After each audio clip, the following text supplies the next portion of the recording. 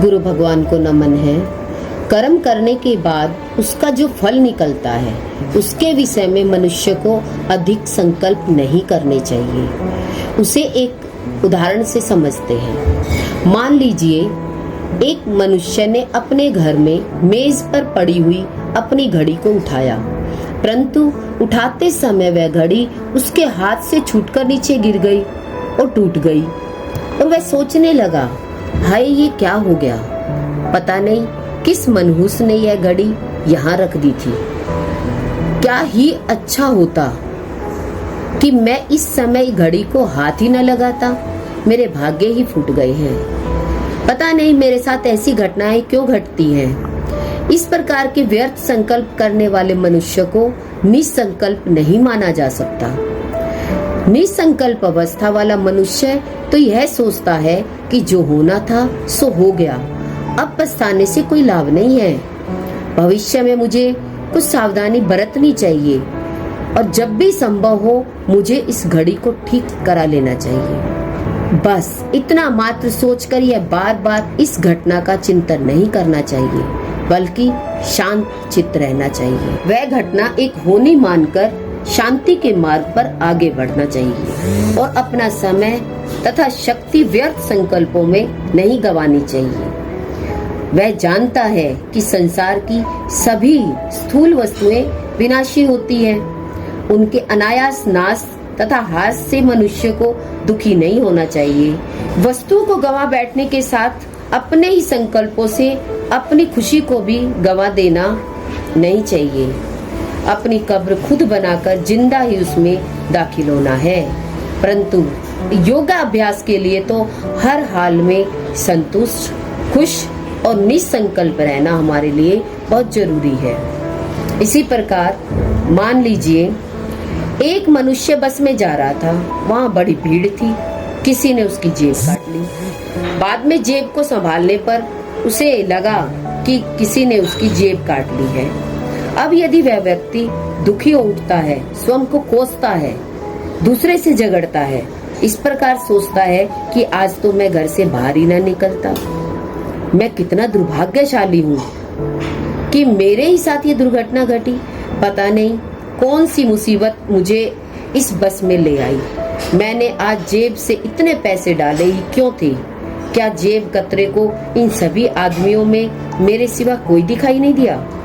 इस प्रकार का चिंतन करने वाला मनुष्य को निसंकल्प नहीं कहेंगे, बल्कि उसे चंचल स्वभाव वाला अथवा विक्षिप्त चित्त वाला मानेंगे। इसकी बजाय यदि अब जेब कतरे को पकड़ने का कोई उपाय हो सकता तो ठीक है, वरना मनुष्य को यह सोचकर तुरंत ही शांत हो जाना चाहिए कि जो ना होना था सो हो गया, अब आगे के लिए मैं सावधानी बरतूंगा।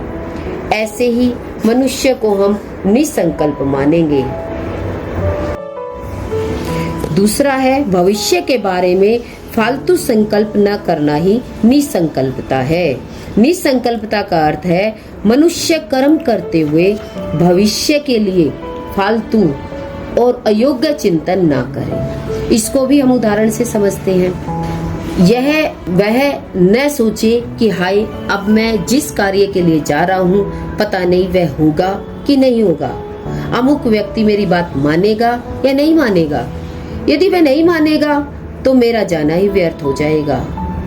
फल से पहले ही इस प्रकार के व्यर्थ संकल्प करना, स्वयं को असमंजस या दुविधा में डालना, निर्बल बनाना, निराशा का गड्ढा खोदकर उसमें कूदना है। इसकी बजाय तो जो व्यक्ति किसी शुभ कार्य को अपना कर्तव्य समझकर उसे करने लग जाता है तो भविष्य का व्यर्थ चिंतन नहीं करता और स्वयं ही अपने सामने हवा लाकर स्वयं को नहीं डराता, वही निसंकल्प है। वह मनुष्य असफलता में भी दुखी नहीं होता, क्योंकि वह तो कर्म को अविनाशी जानकर, अपने कर्तव्य को मीठा मानकर श्रेष्ठ समझता है, उसे करने में खुशी मनाता है। तीसरा है, अवकाश के समय स्वरूप निष्ठ होना ही निसंकल्पता है। जब मनुष्य कार्य व्यवहार से अवकाश प्राप्त करे तो कछुए की तरह कर्म इंद्रियां समेटकर सांसारिक और व्यवहारिक संकल्पों को छोड़कर स्वरूप निष्ठ हो जाए। इस बात को सभी लोग मानते हैं। अहम आत्मा का मूल स्वरूप तो है ही निसंकल्पता। जब आत्मा मुक्ति की अवस्था में होती है तो निसंकल्प और शांत ही होती है। फिर जब आत्मा मुक्ति या ब्रह्मलोक से उतरकर उस कर्म क्षेत्र पर आती है तो शरीर का आधार लेती है, तब वह केवल शुद्ध ही संकल्प उत्पन्न करती है। हमें निराकारी, निर्विकारी, निसंकल्प अवस्था में स्थित होने का अभ्यास करना चाहिए। अब निसंकल्प हमारा मुख्य गुण होना चाहिए।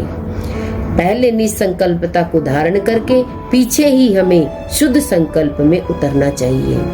चौथा है कर्म करते हुए भगवान का चिंतन, ज्ञान मंथन और ईश्वरीय स्मृति की निसंकल्पता। इसको भी एक उदाहरण से समझते हैं। जैसे कोई स्त्री बर्तन साफ कर रही है, इस काम को करते हुए यदि वह मन में यह सोच रही है कि देखो तो सही मेरे बच्चे कितने खराब हैं, वे मेरी एक भी बात तो नहीं मानते, मेरा पति भी उन्हें कुछ नहीं कहता, यह कैसी विकट समस्या है। ओह, मैं तो भूल गई, आज तो सिनेमा जाने का प्रोग्राम बनाना था और सखियों ने भल्ले पापड़ी की महफिल का वचन दिया था। इस प्रकार मन को इधर उधर भगाना व्यर्थ में थकाना ही तो है, जबकि अभी बर्तन मांजने का ही कार्य हो रहा है और बच्चे स्कूल में और पति दफ्तर में है और जैसे जैसे आज सखियों के साथ महफिल का प्रोग्राम ही नहीं है तो फालतू उधेड़ बुन से क्या लाभ। अतः इन संसारी संकल्पों की बजाय स्वयं को आत्मनिश्चय करते हुए बुद्धि को भगवान के गुणानुवाद से इस प्रकार लगाना चाहिए। पांचवा है न्यारापन ही निसंकल्पता है। मनुष्य न्यारा होकर रहे, इसको भी एक उदाहरण से समझते हैं। मान लीजिए किसी का पुत्र विद्या अध्ययन के लिए ठीक तरह परिश्रम नहीं करता और परीक्षा में असफल घोषित होता है। यह जानकर अब वह मनुष्य रात दिन इसी चिंता में रहता है कि इसका क्या होगा, इसने तो मुझे बड़ा परेशान कर दिया, यह तो पैदा होते ही मर जाता तो अच्छा था, इसको तो मैं खूब पीटूंगा। स्पष्ट है कि इस प्रकार चिंता और क्रोध द्वारा अपना भी स्वास्थ्य बिगाड़ना और घर के वायुमंडल को भी अशांत करना और अपने स्वभाव को चिड़चिड़ा उदास बनाना, अपने पांव पर स्वयं कुल्हाड़ी मारना है। निसंकल्प मनुष्य समझता है कि हरेक आत्मा के संस्कार, कर्म और भाग्य आदि अपने अपने हैं। इसलिए यदि यह बच्चा मेरे कहने के बावजूद भी विद्या प्राप्ति की ओर ध्यान नहीं देता तो मैं और कर ही क्या सकता हूँ। इसके कर्म इसके साथ हैं। मैं व्यर्थ में निज भगवान या आत्मा को पीड़ित क्यों करूँ। मेरा कर्तव्य है इसे विद्या प्राप्ति आदि की सुविधाएं देना तथा विद्या के महत्व पर इसे समझाना।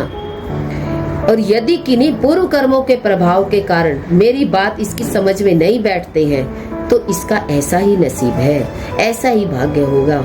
इसमें चिंता करके अपने जीवन को बिगाड़ना तो गलत ही है।